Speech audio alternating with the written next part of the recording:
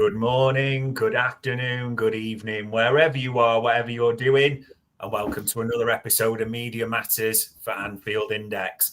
A bit of a take two from earlier, so apologies for that, but very much looking forward to talking about the Reds' victory on Sunday, the upcoming fixtures, and various topics off the field. I'm joined again by the renowned and the respected David Lynch, and we'll get straight into the West Ham one, David. I even watched the highlights back in between take two, and they were quite uninspiring, but just a bog standard 2-0. Is that probably what we needed at the moment? Yeah, 100%. You just knew coming into this Liverpool kind of needed a win, but obviously that was of utmost importance because of the pressure that the manager was under. And I do genuinely believe, I think if he'd have lost this game against West Ham, I think that would have been it. I think that would have been the end of Arne Slot as Liverpool manager, which seems crazy to say, but you can't keep losing games, as we've said over and over this season. It gets to the point where there is a breaking point, no matter how much faith in him you have, no matter how much you want him to stick around. And so it was crucial they got a result. But I also think if they'd have got a result and kind of got battered and nicked one and won it 1-0, I don't think that would have been enough. I think what you needed to see was a win and a performance, and I think Liverpool got both here. They weren't utterly outstanding. We've seen them play better, that's for sure. But they were committed. They looked organised, which is a lot more than you could have said about recent performances. So, yeah, really good day for the manager, really good day for Liverpool as a whole, and they absolutely deserved to win. They really did. Although, for all the games we played this season, this is trying not to be disrespectful, West Ham were abysmal, really, weren't they? We want to play them every week if we can. Yeah, but you got to find the balance in that. West Ham were awful, and I guess the acid test will be what kind of comes in the coming games, because there are definitely tougher tests ahead. But equally, how much did Liverpool make them play poorly? They had been on a bit of an upward trajectory recently. I think 3 unbeaten coming into this, and played some decent sides in that time. So they are capable of maybe giving you some more difficulties. They've still got some very, very good players on the pitch. But I think what Liverpool and what I liked about them the most was the just sheer determination that basically nothing would happen in the game. Liverpool went there to just say, this is going to be boring. It's going to be an awful game to watch. But because we've got the quality, we will probably go on and win it regardless. So I kind of like that. So they didn't let West Ham do anything. And as poor as they are and were on the day, to stop any Premier League side having a shot on target is quite impressive. And certainly when you've been giving up shots on target away, like free sweets for the entirety of the season. So, we shouldn't play them down, and I don't want to play them down. I want to give, very critical of the manager over the past week or so. And I think he deserves huge praise for what he put together at the weekend. Like I say, not perfect at all, but my goodness, he needed that. And it was a very kind of fuss-free, well-managed, well-organised 2-0 that was, reminiscent of some of the stuff that we saw last season. And if Liverpool can get back to anything near that, then that would be very, very encouraging. It is a weird one, because I've seen some of the reactions online, people saying, we didn't have control, we were letting West Ham have the ball. But there was an element of, like you said, the last season, almost that garbage time, because West Ham were pretty garbage with it. We knew they didn't pose any threats. Like you said, they didn't land a shot on target, and we picked them off at the end, didn't we, as well? Like, we knew what we were doing with that. Yeah, and there were, there's little periods of West Ham possession, maybe at 1-0, where you kind of, I think people are a bit nervous because the belief in this side is not there at the moment, and understandably so, because they've been absolutely awful recently. So, but, Liverpool come out with more possession. They have 56% possession. And as I say, for any of the time that West Ham had the ball, they didn't muster a single shot on target. And someone tried to tell me on social media yesterday that Jared Bowen missed a sitter. Now, if we're calling 0.1 expected goal chances a sitter, then I don't know what we're talking about in football anymore. And I would say even that chance, watch the highlights back again today. It's so fortuitous the way it lands to him as well. Yeah. It would have been typical of Liverpool's season if that did end up in the top corner, but by no means did they deserve that. And I would be loath to call that poor defending or anything like that. It was just very, very unfortunate that it kind of fell the way it did, and it still would have took an incredible finish. And Liverpool did. They limited West Ham completely. They created enough chances of their own to win the game. And so 2-0 was about the right scoreline. And, that's it. And as much as we can be critical when they're poor, we've got to recognise when they're good. And I thought they were good on the weekend, and they deserved the result that they got. Definitely deserved it. Definitely good in periods as well. There's probably one player that stood out more than any. And even Alexis McAllister was talking about Florian Wirtz after saying about what he can do in small spaces. It's amazing. He did it today. As I said, I think it was a really good performance for him, and hopefully he can keep going like this. I mean, especially in that first half, and I know the game got a bit different in the second, but he just looked a level above every attacking player on the pitch. As almost they just couldn't read the game like him. Yeah, I think the kind of most enjoyable aspect of it as well was that, this is the best he's played, I'd say, in the Premier League so far, and that's always been the concern. I think from the very early in the Champions League, we've seen real signs of him, but it's the Premier League and that physicality that's there. Can he bring it to this league? And I thought he really showed that he was able to do that against West Ham. Some really nice touches, some lovely appreciation. You look at his numbers from the game, and they're not kind of that outstanding. I think he has one shot, one chance created, one dribble. But anyone who watched it knows how good he was, and the way he was getting Liverpool on the front foot. And I think it says everything. The way he was kind of involved in the opening goal. He doesn't get an assist. That doesn't register in anything. It's not a chance created, but his fingerprints are all over that. And I think that was true of every good Liverpool attacking move on the day. Really, he was brilliant. So I don't think at any point in this poor run of form, though, that any of us associated with Liverpool have been too worried about Wirtz. I always felt like it's going to come, and it's a case of adapting to the league. So not surprised at all, if I'm honest. I've not been worried in the slightest, but it's just a case of he just needed to adapt. He needed to get used to it. But there's sheer class in his boots, and I think we saw it against West Ham, and hopefully the start of a really good run for him now. And I know he plays in a different position. It's a different type of footballer, but there's an element I've seen a lot of people say, which I think stands up a little bit. That Thiago element, as in you enjoy watching him play football. And also, it's not always the assist. It's the pass before the pass, for want of a better phrase. It's like you say, it'll just be his bit of majesty just to thread something through. Almost like people forget when Chiesa scores that goal, sets up Gakpo, for the equaliser against United at Anfield, that it was his just clever little balls down the side. That's what he's got that no one else has. Yeah, exactly. And the Thiago comparison I kind of like, because they do play the game in a really similar way. And the thing is, he's just like a more advanced Thiago in terms of, he is closer there. And you do want the numbers from him, by the way. I think, he is capable of goals and assists. He should probably put that chance away. So, the comparison will fall down there. But it's the way he kind of dictates the game like a deep midfielder, but he is in more advanced positions. And that's what Liverpool allowed him to do, and he platformed him to do in this one. And I really, really enjoyed his performance. But there's clearly more to come as well, though, which is, the flicks and the brilliance that we saw at the weekend. He will have the goals. He will have the assists. I just don't doubt it for a second. I think Liverpool have got a really special player there, but he just needed time, hasn't he? The Bundesliga and the Premier League, it's such a huge jump, but he's only 22. We're starting to see signs now that he's clicking. And I think by his second season, I think he really will be kind of the heart and soul of this team.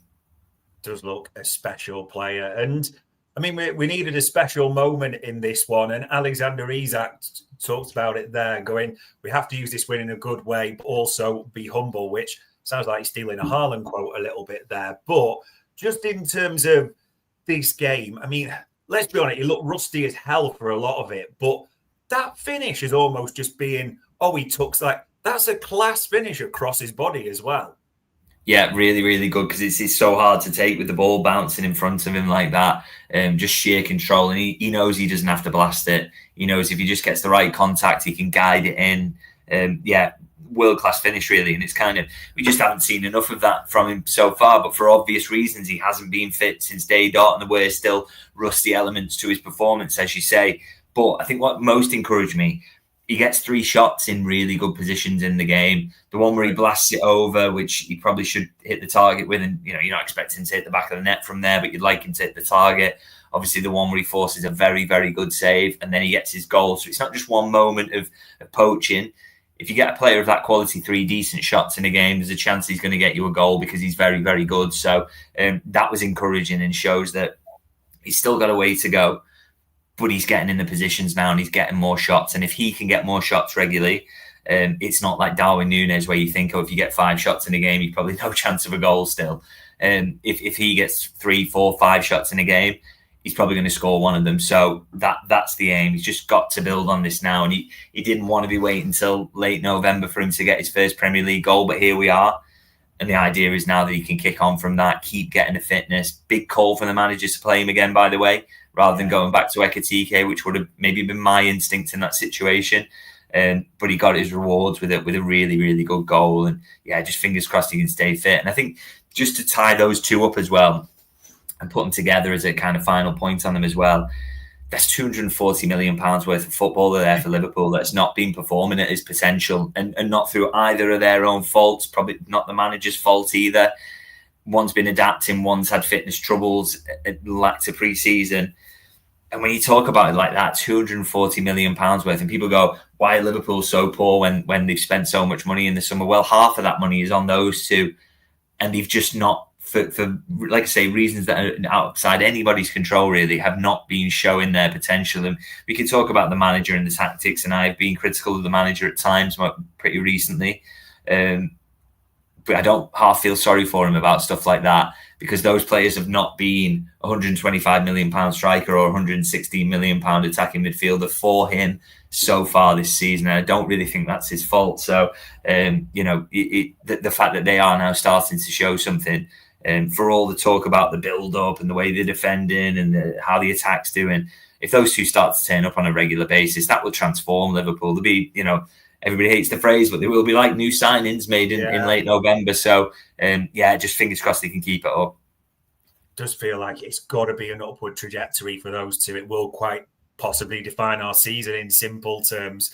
And for all the praise we're giving those two, I tell you what, Joe Gomez at a right back, and he talked about afterwards, trying to influence the boys in a right way, set an example on the training pitch. And obviously, we know he's a great character. But in this one, he kept it simple. He quite often got chalk on his boots out wide as well, gets an assist as well, but just does it simple, solid. That was just what we needed at right back, wasn't it? Yeah, he's a really, really good player, and he has been for Liverpool for all the time that he's been there. He just can't stay fit, unfortunately. There's never any doubt about how good he is. And, you're watching that performance and you would think one thing you would maybe level at the manager is, why have you not used him a little bit earlier? Because he's clearly showing this in training as well, and he's clearly there, and the manager will have his reasons, fair enough, but looks like that's one that he could have turned to a little bit earlier, to be honest. Because he just looked very good. He looked, defensively solid, which is what you expect, having a centre-half / right back there instead of maybe a midfielder. But he looked good on the ball as well. He didn't hurt Liverpool with progressing it at all. He looked very, very comfortable. As you say, he got really wide at times and helped create space for others. It's one you wonder why it hasn't happened more recently. But the manager will be worried about doing this too often as well, because obviously he's probably going to break down at some point. And so he's probably not a player you want to rely on, and maybe that's part of the manager's thinking. But really, really good to see him on the pitch and playing well. And, hopefully over this run, if you can't use him in every game, you can use him in a few, and he will put in a decent performance like that. I thought he was very, very good. And yeah, again, you've probably got a caveat. West Ham were they not very good, and they didn't give him very much threat to deal with. But I thought the only thing he could do was come in and play well, and he absolutely did it. Yeah, he was really, really good yesterday, and an assist to boot. And I mean, speaking of really, really good, I'm torn with this one as I say it, because any time that a player gets a goal and assist in a game, there should be praise galore, as we've done quite often for Mo Salah. But I mean, even this stat, shout out to Andrew Beasy for this, that for Liverpool's 3 up-to-define big chances, it was all Gakpo with 1 shot or created 2. It's strange because he ends the game with a goal and assist, but quite often it just felt like moves in the first half were breaking down when Florian Wirtz got him the ball as well. But is it maybe not that we don't really care about the performance? As long as he gets goals and assists, that's what Cody Gakpo's there for? Yeah, it's a strange one, really, because I think it's absolutely right what you say, really, in terms of, you know, he gets a goal and it kind of sums up his season, really. He gets a goal, gets an assist, but you kind of feel like he's not playing that well. You know, and it's bizarre. You know, he creates 3 chances, I think. Obviously, has a couple of shots and scores one of them. But his passing accuracy is like 61%, which is remarkably low. So he's given the ball away an awful lot. So, yeah, but I think that's been Gakpo all season, because even when he's been scoring earlier in the season, I said that left-hand side, I would have tried Wirtz there and would have been happy with that. Because Gakpo, despite getting the goals, it didn't feel like he was playing that well. But I think that's probably a good description of him there, an output player. He is a bit kind of unorthodox at times. He doesn't look that comfortable. He can give it away. But he's always trying things and always trying to get a goal. So that's maybe what makes him a better sub than a starter as well, by the way, is that he can sniff out goals, and it's not kind of, he doesn't have to be on the pitch when you're trying to keep the ball and build up and sustain pressure. But he will always sniff a goal out. So, yeah, it's a difficult one with him. He's very, very hard to rate at times, I think. But, you know, he is still, to get a goal and assist in a game where Liverpool have won the game by 2 goals, you've got to kind of tip your cap to that, haven't you, and say that's a pretty decent effort. So, yeah, he can be frustrating at times, but he's still an important member of this squad, I'd say. We've got to be fair, because we've had some games from Mo Salah where we thought he's not really done anything, and then he comes up with a goal and assist and changes it. So, you know, it's got to be balanced in that regard. But yeah, there is still a few question marks there. But listen, every time Liverpool win 2-0 and the way it's going at the moment, we will take it all day long. So we're positive there. Off the field, I mean, it's getting as busy as ever. The January transfer window is around the corner. And I didn't think I'd be talking about Bayern Munich, but Uli Hoeneß has had a lot to say about Liverpool today. You've probably seen it there, that they spent 500 million and are having a disastrous season. In my opinion, that's because they only have superstars. They only have chiefs and no workers. I always say at Liverpool, they'll soon have to play with 5 balls because the stars won't give any of them. And then he went on to mention about how Wirtz isn't getting the ball because people like Salah and Szoboszlai don't do work. And you're thinking, well, Dominic Szoboszlai covers 3 positions for us quite often. Is this just Bayern Munich salty because they didn't get Florian Wirtz? Yeah, maybe. I don't like this idea of like other team football executives coming out and kind of talking down about other clubs or players or whatever. You know, Liverpool have had struggles for whatever reason. I also think, like, mention it all the time, but have a bit of sensitivity around what this kind of squad's been through as well. I don't really like, they don't really need hammering in this way. And I think you're right, probably to link it to the Wirtz situation. They're probably not very happy about that, but they should be happy with what they got with Luis Diaz, by the way, who seems to be finding it pretty easy out there in the German league with all that space to run into. So a bit unnecessary and a bit classless, I would say, to do that. But Liverpool, won't pay any attention to that at all. Yeah, it's strange comments at times, but such is the nature of Bayern. And I mean, speaking of strange, I was even wondering when to go where I ask you this, because the Lucas Paqueta situation, I mean, we have to be careful what we say for legal reasons because people have got certain suspicions, but I mean, it was just wild what happened. And then even this statement, it's ridiculous to have your life and career affected for 2 years without any psychological support from the federation. Perhaps this ridiculous behaviour is just a reflection of everything I've had to endure. And it seems having to continue enduring. I'm sorry if I'm not perfect. I mean, we even saw Alisson try and get in, didn't we, and stop this happening. We talked about refs and everything. This was just maybe the most bizarre incident of the season in a way. Yeah, I think it kind of summed up how frustrated West Ham were that they were getting absolutely nothing in the game and that Liverpool were controlling them a little bit. But yeah, got to be really so be careful about this one. But it's very, very strange, I would say, and it was so obvious. I mean, how long it went on for and how long he was just baiting another yellow card was just absolutely incredible. Really, just completely foolish. And if you were his manager, you'd be fuming. I mean, he's a very, very good player, and I sympathise with him for what he went through, particularly as he was found not guilty, which I will say I was kind of surprised by. I haven't seen the case, to be honest, but, he was found not guilty. They didn't do anything about it in the end. So fair enough. You absolutely take that, and he has had a difficult time recently. But I don't think that's any excuse for what he's done there, and how he linked the two. Like I say, if you're his manager, you'd be absolutely fuming, to be honest. It's just really bizarre, but it suited us at the time, and maybe it was, as you said, part frustration for the game as well. So some strange comments, strange incidents coming out. This one came out in the Times from Jonathan Northcroft about why Liverpool are backing Arne Slot. And it was quite detailed about even things behind the scenes, the club's hierarchy, the way Michael Edwards is a little bit detached for it now. It's interesting he puts that there. Worst but in 70 years, but here's why Liverpool are backing Slot for now. It is still that caveat of for now. This isn't a full turn of the corner. This is just a result that's got to be continued, isn't it? Yeah, 100%. And that piece, and I think there's a couple of pieces along similar lines that came out over the weekend, would have been outdated immediately. As I say, I suspect Liverpool would have sacked him if they'd lost to West Ham because of how poor West Ham have been this season, where they're up to in the league.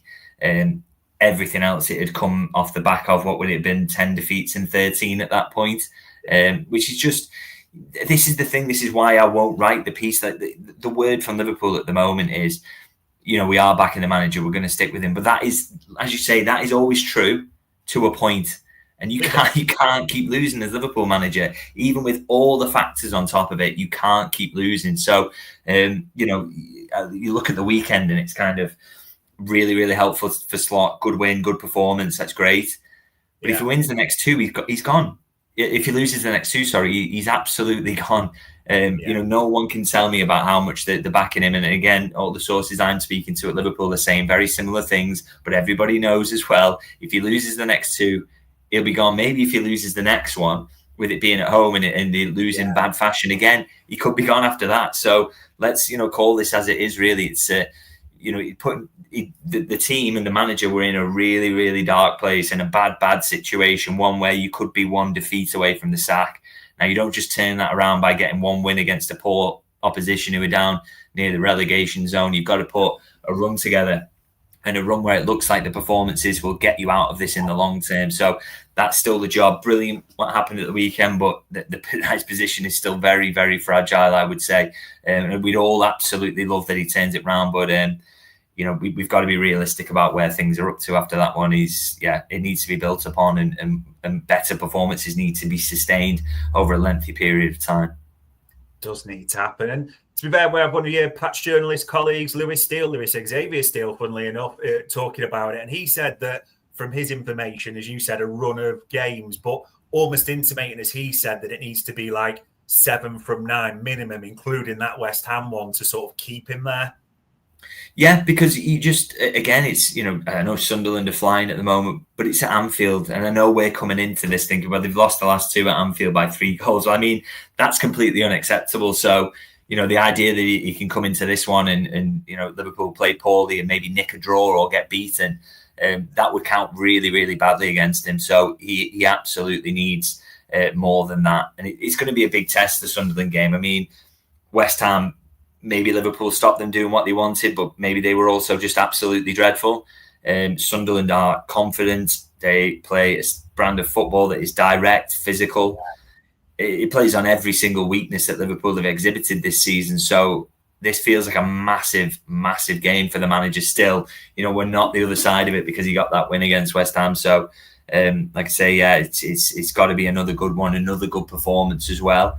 And then maybe we can start to think that it's, a corner's being turned and brighter things are ahead. And I really, kind of got a few comments on YouTube about like, oh, well, you said you think that the manager should be sacked. But let's kind of explain that. I'm not in favour of the manager being sacked. I don't want to see someone lose the job. I like the guy to deal with as well, by the way. Arne has been great, and he did a fabulous job last season that, in a way that gets played down, that I think is very, very unfair on him.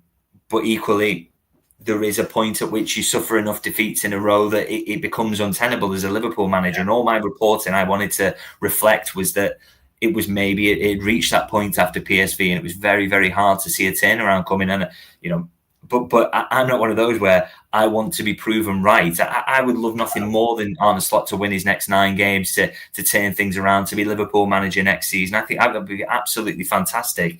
But I just shared my opinion at that point, and I don't, it was based on evidence that goes back even further to maybe the back end of last season as well. And that's how I felt in that moment. And I don't think you should be kind of worried to share your opinion, particularly if you're not ranting and raving and doing it in an emotional way. I was just, I like to think I used evidence to back it up. But as I say, trust me, I would absolutely love the manager to turn this around and to win well on Wednesday, to follow that up with a win at the weekend, and they just keep rolling in. And I know they're not going to win every game between now and the end of the season, but just to turn things around sufficiently that they comfortably qualify for the Champions League, I would love that. Give himself a chance to fix things in January, fix things in the summer, and go again.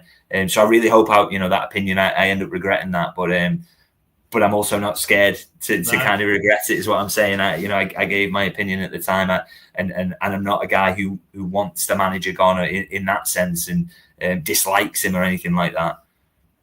It just feels a huge month for everyone, the manager, the players, in terms of how it's going to bear out for the rest of the season. I suppose the only other thing I wanted to ask you, because that was in the article from Jonathan Northcroft, talking about Luis Diaz wanting out for 18 months, because we just mentioned him there, and Liverpool looked at Pacey Weidman and mentioned that they passed up on those. Malik Fofana at Lyon, because they want to think about the pathway for Rio and Gamoa. It might be long term, but short term, it looks like that's not quite working as it's supposed to, almost. Yeah, but what difference do we think Malik Fofana would have made this season? For me, not a lot. I mean, he scored a couple of goals, I think, in 9 appearances in Liga and this season. That probably translates to 0 Premier League goals. And the thing is, I think we'd have seen an awful lot more of Ngamoura if Liverpool hadn't been in this situation. If they were winning more games, they were a bit more comfortable, we would have seen an awful lot more of him. They're not using him because they don't think he's very good. They just don't want to throw him into really terrible situations. And he has been making sub-appearances here and there, regardless of that fact, by the way. So I think in 12 to 18 months' time, I don't think anyone will think it was a bad decision not to block Ngamoura's pathway. You need this guy to get to where he could do, because you're talking about a huge talent. So to get a 20-year-old coming in from the French league in front of him, I think in like I say, in a couple of years' time, that will look like an absolutely inspired decision, because the belief in Ngamoura is absolute, and I don't think Fofana would have made much difference at all, if I'm honest. Do you think they will do anything with Ngamoura this season? Because all the suggestions are no loan, wants to stay. And I know you said about managing his minutes. I actually feel for the kid, because all that seems to happen is he comes on, usually when we're 2 or 3 goals down, like break glass in case of emergency. And it's just like, you're a 17-year-old kid, try and make something happen for us in this disarray. It's just like, is that the best route for his development right now? Yeah, but it's minutes, isn't it? And I mean, look, if you put him on loan at a Premier League side that was kind of the back end of it, they'd be spending a lot of time losing as well. And, he'd be trying to ask him to turn things around for them. And I think with his 17-year-old as well, he's probably, a loan move. And he has just turned 17 as well. I mean, we cannot forget that. He's so young. And, we've got to be kind of realistic. But I also think, like I say, I think he'd have had more minutes if Liverpool were doing well. I think there have been games where they were up and they felt like they could bring him on, and they've not been able to. If the form does steady, we might see a bit more of him in the back half of the season as well. Right. And as I said, I just don't think the right route would have been to maybe add a kind of a 20-year-old in front of him who might block him off, and probably would have made very little impact on the season as a whole anyway. And one of the key reasons, and it would be nice that if the form can kind of stabilise a little bit, would be to see a bit more of Ngamoura, because they really do believe in him, and he it was a big choice to kind of leave that spot free for him, especially when he is so young. But that's what you've got to do sometimes, that you've got to kind of take that hit in the short term for the long-term gain there. And I think, I'm looking at Ngamoura here on Soccer Base, and he's 8 appearances already this season for someone who's just turned 17, for a side like with Liverpool's ambitions and the quality they've got.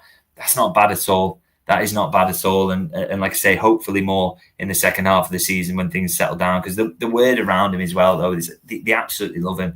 and they think he's going to be absolutely sensational. So you've just got to give him that space. And it's unfortunate it's not worked out. It's one of the things that hasn't worked out this season entirely, and that, he could have even had more appearances. But it is what it is. And if Liverpool can turn it a bit, we will see a bit more of him, I think. Fingers crossed on that one. And yet, speaking of wingers, another week, another story. I'm asking you again. And your colleague Paul Joyce is on this one as well, because this was quite a big one to say. City are considering triggering Semenyo's release clause. But it's also important to say, when we're mentioning this, in that article, Paul Joyce does talk about Liverpool are aware of that and have looked at it. We had Lewis Steele on Media Matters saying, I think Liverpool are one of the front runners. It's just a lot of talk still around Antoine Semenyo, isn't there? And this is also reliable journalist, to be fair, saying it. Yeah, but it's kind of a funny one with that, because I guess, the kind of jointly written, isn't it? So it's very hard to unpick what element is kind of Paul Hurst reporting and which elements are Paul Joyce. And so, obviously Paul Hurst very close to Man City, and I wouldn't doubt that they're in the mix for him. I think a lot of clubs, and again, it's kind of the wording around the reporting as well, is kind of everybody seems to be considering triggering it. Is anybody really going to go and do it? Yeah, it's just kind of, I think a lot of people are keeping an eye on it. It's a situation that you could be pounced on, but, does that mean anything's going to come of it? Because I still just have major questions about, whether Liverpool will go there on the basis of not really what they need. How high is his ceiling from this point onwards? I'm not entirely sure. If he takes a leap and he goes a bit further, then he could be great. But if he doesn't, and that's quite hard to judge. So I'm still kind of keeping my powder dry on this one at the moment, in terms of I think if Liverpool did go for him, I think the player himself would love to come. And if they think it's the right move, then you've got to believe that they've got a good plan for him. But I just can't really see how that one would shake out, really. And I'm still just a bit sceptical about whether it's something they'll go for. Crazy enough, it opens in a month, so we won't have to wait too long to find out if Liverpool are going to make some serious moves. And I mean, linked to transfers as well, we had sort of, since we talked last week, the Canate side of Real Madrid not pouncing. That offer still seems to be on Liverpool, or the table from Liverpool. Still mention of Ryan Gravenberch at Bosline wanting to renew, but nothing developing. I mean, Andy Robertson, since his comments, it's complete silence as well. Are we just almost, is it just silence on contracts, radio silence from the club until something just breaks like that? Yeah, I would think so. And the thing is, the messaging around Canate is still that the talks are ongoing. I mean, the Real Madrid situation there, that makes it a little easier for Liverpool maybe to get things over the line. And then, but also, the way he's performed this season, would they want to? I'm not sure. And where would they think money-wise? But obviously, it's one less club what you can point to and say, well, I can get more from them. So why wouldn't you match that contract offer? So that is handy for Liverpool. And you wonder whether that edges things slightly more towards a compromise. I still think Canate's got so much to give, and I think he's got he's not had a great season, obviously, but I do think he's had maybe kind of too much of the blame around what's gone wrong with Liverpool. I think the team as a whole has just been very, very poor, and he's been at the heart of some of it, but not all of it. So I still think he's a very, very good player, and one Liverpool can get an awful lot out of. So I would love, and for continuity's sake, I would love to see them sign him up for a bit longer as well, to be honest, because change is it's not really massively helpful. So hopefully they can get him tied down, but we're not hearing much at the moment. Everything I'm hearing, both player side and Liverpool side, is it's ongoing. We'll see. So we will see with that. On Szoboszlai, progressing. Fingers crossed that will get done. There doesn't seem to be kind of the threat of other clubs coming in at the moment, which is helpful. And of course, he's not at the very end of his contract, which makes a nice change for Liverpool. So that's good. And on Robertson, this is more gut feeling, really, based on kind of conversations I've had. But I don't know if I would just be surprised if he gets an extension from here, to be honest. He very nearly went over the summer, and it was something he thought long and hard about. And of course, that would have required a fee. Now he's got the opportunity to go on a free transfer, kind of easier for everyone if that's the way. He's going to play less games. I think we're starting to see a bit more of Kirkes now, so he's pretty much going to nail that down, I think, in the second half of the season. I just think it makes sense for everyone, really, if Robertson were to move on at the end of the season, which is a shame because he's a legend and he's still very, very important in terms of around the squad. But he'll probably want to go and play more frequently, and there will be offers on the table for him. So I think everyone would wish him all the best. And my feeling is that's the way it's going. Yeah, it does feel that way. One Liverpool legend is most likely to depart this summer. And then we've got to talk about this in a bit of depth because it was yesterday and where Mo Salah sat and where Mo Salah spent all of yesterday as well. And Arne Slot was asked it before, and this is what he said afterwards about Mo Salah and his being on the bench for this one. Last time Mo was in the South Premier League or here, what were you thinking going on start? Just you looking at the rest?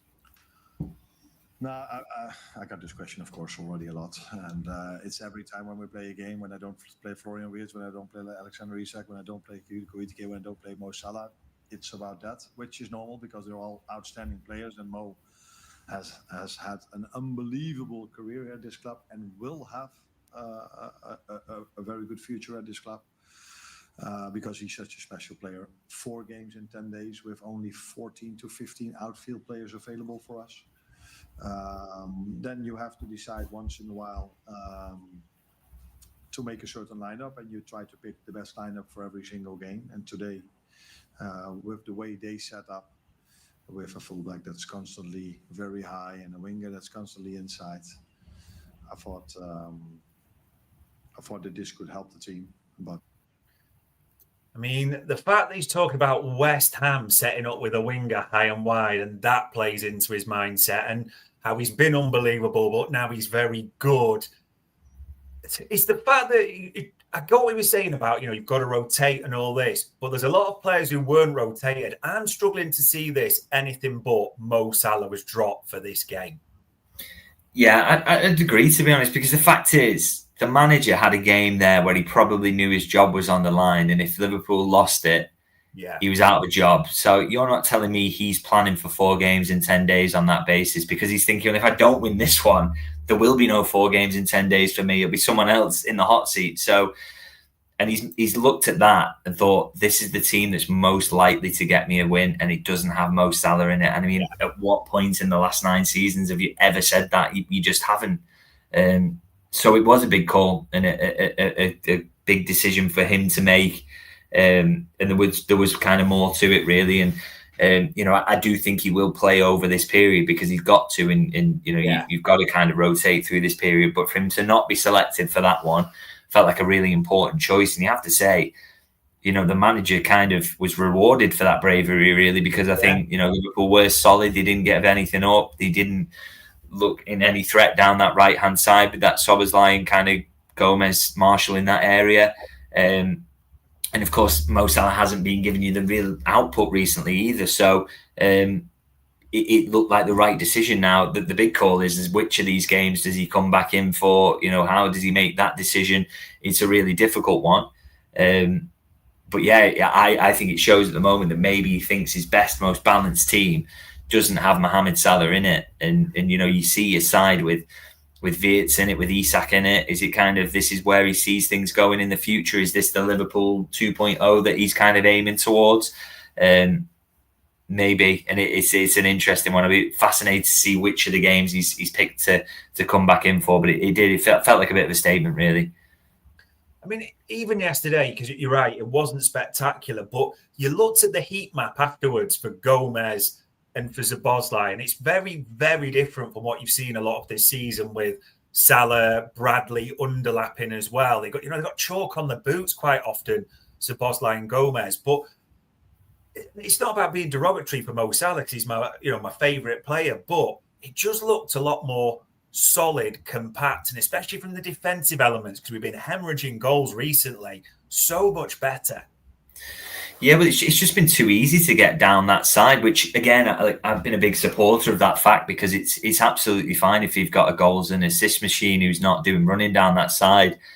But when he's not providing that, you are both weaker down that side of the pitch and you're not scoring to cover it up. And Liverpool have been bad in both aspects in terms of finishing, scoring goals, chance creation. versus kind of what they've been getting on the defensive end. So it was the right decision really to do it. And as you say, the tough one now is that you're not going to leave him out of every game till he goes to AFCON now. Absolutely not. But which ones are you going to pick and choose for him? That's the really tough decision for the manager, because he obviously thinks it slightly weakens his side to have Mo Salah in it at the moment. So it's some big calls for him to think about around that. But it was a big call that worked for him, I think, at West Ham. Yeah, it did. The result bears it out and the way we played. And I mean, it's a hell of a game, really. It's a team that's just been promoted, but Sunderland are in 6th. They are absolutely flying. They battled back against Arsenal. Even this weekend, they battled back, didn't they, from 2 down to beat Bournemouth 3-2. And you're looking and thinking, they're aggressive, they're direct, with the likes of Ballard at set pieces, as you said. It's all the things that are almost like kryptonite to us as well. This is one to worry about again, isn't it? Yeah, absolutely. I mean, even if Liverpool were in good form, you'd say that this is a really tough one, because Sunderland are where they are in the league and they fully deserve it. So it's one to be worried about. And as you say, the kind of what they are good at really marries up quite nicely or quite poorly from a Liverpool perspective with what Liverpool are bad at. So I suppose this will be the acid test.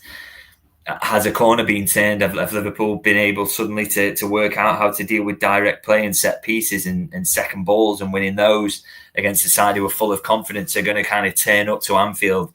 And you just know with their league position, the way they've been playing, they're going to turn up and try and enjoy it. No fear. Because if they lose at Anfield, they've lost at Anfield. It's Liverpool, it's the champions, that's fine. But you're in a good position where you can really go for it. You're not in a position where every point absolutely matters, because they're not going down. That's just a fact at this point. So, they're going to come and try and have a good time at Anfield. So, like I say, for the manager, West Ham was good and exactly what he needed at the time, but he needs another one now, and he needs to prove that these long-standing issues that have been there all season, that he has got a kind of cure for some of those. And so, how he goes about that and whether Liverpool are able to deliver it makes Wednesday's game absolutely fascinating. Just feel like if he gets a bad result, it really is even worse than with the West Ham sort of seeming like a false dawn. And in terms of Sunderland, knowing what they bring, I mean, surely are we thinking that, Joe Gomez has surely got to stay there for his heading ability, and that way, given a bit of solidity at right back, you think this is one to keep him in. We're talking about Mo Salah coming in. Some will say, we'll go again with the same team and see how it goes from there. Are you thinking that's what he'll do, or are you expecting Salah and others back? It's hard to... I don't know how, when you've been on such a poor run and you get a performance like that versus the performance you've had preceding it, how you can really change a team. I know you've got to rotate through periods, but as I say, the manager is in a dire situation where he needs to put out what he thinks is his best team. And so, if that's the case, he's got to surely just stick with it, really. I can't make an argument for changes. Maybe he will, and fair play if he sees a weakness in Sunderland that he thinks he can exploit, or he thinks Salah will suit certain situations. But very, very hard, I think, to make the case, because, as you say, Joe Gomez at right back played well. He had height on set pieces. He's good in the air, or better at heading the ball away than maybe a midfielder would be in that position. You've just seen the best of Florian Wirtz, with Szoboszlai doing that running down the right-hand side as well. And Isak with Wirtz behind him. I think that kind of Isak's ability to run in behind really helps Wirtz get space. So it's tough. I think it's tough to argue that he should be making any changes, and he may well do, and I won't kind of be damning when you see the team sheet if he does make changes, because he will absolutely have his reasons. But I think it's very hard to say that he should make changes, because the performance was so convincing. Yeah, it does seem hard to argue against, but you're not confident either way, really. And in terms of players coming back, we've got Alisson back, we've got Wirtz back, that's great. But from all the briefings, we're not going to have a right back or a natural right back until the new year, most likely now, are we? No, doesn't look like it. What did he say? It was a week ago or so that he said kind of 3 weeks. So, maybe just this side of New Year, but it's, how fit they are at that point when they come back. Frimpong in particular has been out for a long while. So it's yeah, it's a bit of a tough one to see where they're up to, really, and whether they'll actually be able to play any part. So I think the manager's known, hasn't he, that through this period he's going to have to cope without a right back, and there's going to have to be rotation of Gomez there. He can't do all those games in a row. There's just no chance of it. He will get injured, so you've got to pick and choose for those. But I think he'd probably feel a bit more comfortable about picking and choosing if he gets the other side of the Sunderland game with another win under his belt and feeling like he's steadied things a little bit. So again, it kind of just makes the case for going unchanged, really. Really does. Well, it's still hard to predict for this one. And two bits of, I suppose, random news or stories, but it's worth putting to you. Giovanni Van Bronckhorst potentially departing already, like Johnny Heitinger did it in that season, to go and be Indonesia manager. It does seem that that's a real possibility from all the noises. Yeah, I mean, it doesn't seem like it's moving particularly. I haven't heard anything that's kind of advanced or anything, or like he's had an approach about it. So it feels like kind of speculation at the moment, and it isn't got to the point where Liverpool have got to consider whether they let him go, whether he's got to consider if he actually wants to go on and take the job. So we're not in kind of an advanced situation as you and I are talking now. But that report's interesting, isn't it? There's interest out there. So just one I'd say at the moment to keep an eye on, but nothing absolutely concrete on that. I think it's just interest on their side, whether they kind of, need to come in and if they are going to kind of firm that up, then that we'll find out, I guess, over the next kind of couple of weeks or so, because it's not in that firm situation there where Liverpool have to make a decision on it yet. Be interesting to see, because it's funny how the assistant manager role works, because when it's good, it's a great appointment, but when it's bad, everyone's now blaming Van Bronckhorst, and there's going to be a groundswell for Johnny Heitinger return, but that just feels like wishing rather than anything realistic. Yeah, and I also would say, like, I don't think people have a good grasp on what assistant managers do, and I think they kind of get the blame for when things are going badly, or the praise for when things are going right in situations where that's just not accurate at all. I mean, the amount of times actually that has happened over the years. So really good examples of this and why people shouldn't take the surface level stuff and read too much into it. I remember John Achterberg being the worst goalkeeping coach on the earth until Liverpool just bought a really, really good goalkeeper. And that kind of sorted things out. I remember the season after Buvac left, it was all this talk about he's the brain, Liverpool aren't as good without him there. And then that proved to be total nonsense. Pep Lijnders returned to the club and was part of kind of one of the best Liverpool sides of all time. And then for some reason, the latter half of him being there, he got the blame for absolutely everything. So, people like to fill in the blanks when it comes to assistant managers, and they don't really have a clue about how that works and what influence they are having. So it's not just because John Heitinger left that Liverpool are not very good now. It's, back half of last season, Heitinger was there and Liverpool had some struggles in some games as well. So I don't think people should read too much into that, or it's okay to accept we don't know certain things about what's going on behind the scenes, and that we as outsiders, even as, I get to be a bit closer to it than some, but it's still very, very difficult to quantify exactly what the influence of an assistant manager is in those situations. I know there's been a lot of that talk, like Liverpool miss Heitinger or Van Bronckhorst useless, but I would just caution against it, because pretty much every other time it was said, it was all wrong, wasn't it? It was wrong about Buvac, wrong about Lijnders, wrong about Achterberg. So, we don't have to create these kind of narratives, I would say. Be interesting to see if anything happens there. And a final one, just because there was quite a few reports in France and they've come to the UK as well.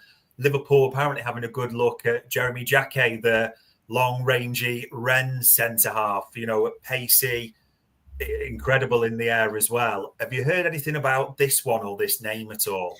Yeah, so just one that they're keeping an eye on at the moment, kind of nothing advanced. I'm not sure that's one they're going to be, busting a gut to do in January or anything like that, but he's definitely one of those that's on the list. So I just kind of keep an eye on that. Liverpool not the only top club, I believe, who are keeping an eye on. And again, it's not surprising when you look at his age, his profile, what he's doing at such a young age in a top league. Liverpool would be watching him, but yeah, I believe that they are. But nothing kind of moving on that front yet. And I'm not sure that's one that will be going for in January or anything like that. And I suppose, because it is right to ask you in terms of January, Arne Slot, and you're in these press conferences, has now almost done like a tally chart of this. And in his last 3 press conferences, mentioned 8 times about, I've only got 5 defenders. I've only got 5 defenders. Do you feel that is a little bit to like Richard Hughes, Michael Edwards, the power that be, like, I've only got 5 defenders, help me out a little bit? Yeah, I think since Leone went down, it's been clear, hasn't it, that Liverpool could have just done with another. I mean, they wanted to add Mark Gay regardless of the Leone signing anyway, so they're even shorter than they were. And I think when you consider Canate's form's been up and down, they could just use another guy in there to really help out. So yeah, maybe he is trying to put a little bit of pressure on. And I would say Liverpool look more likely now to do January business than they maybe did at the very start of the season. I think Liverpool would have preferred to have avoided it, but now maybe might feel like the hand is forced a little bit. Now, I'm a bit sceptical on the kind of idea that they'll add an attacker and that Semenyo, they'll go for him at that price. But a centre half, maybe if they don't feel like things are going for them on Gay and they don't feel like they can get him and they feel like in the summer they're going to have too much competition, maybe they kind of look somewhere else around that and see if they can find someone else who can fill the void. I think that's it's a possibility that they're considering. Will be interesting. And I mean, this table is insane. Like literally where you look where Liverpool are, say 8th, but actually they are only 4 points from 2nd place and Manchester City. I mean, you can say we're over-egging it, but in terms of what Liverpool want to achieve, Arne Slot's future, how we'll view the rest of the season. December's just a massive month. It's got to do well in terms of points, performance, and everything else, hasn't it? Yeah, you just like to. It's such a small gap, and it shows you like how many issues the sides around them have got. So you don't need to be absolutely sensational to go and get in that top 4. You just have to be okay for a bit, and like 3 or 4 wins on the bounce, you suddenly very, very comfortably in that. But of course, Liverpool haven't been able to string those together. So that's the kind of job from this point onwards is to do that. And I think if they can get on a little run, they'll be right in the mix for the Champions League again. But they've got to do it. And we haven't seen a lot of signs that they're able to do that at the moment. So if this West Ham result is a building block, then you're certainly not at the point of writing off the season completely, because getting top 4 would be very comfortably possible for them. Yeah, it just feels huge. And we'll finish there. Look, Sam Maguire's dropped in just to say superior Dave and inferior Dave on the same pod, and I'll let everyone figure out who that is and make their judgments. Can't believe he's calling you that, Dave. I'll be dropping out WhatsApp shortly. But there we go, people. 3 points against West Ham. Is it a corner turned? We'll probably find out on Wednesday night. All it leaves me to say as ever is, for the time, the insight, and for answering every question, it is much appreciated, David. Thanks for having me. And ladies and gents, that was another Media Matters for Anfield Index.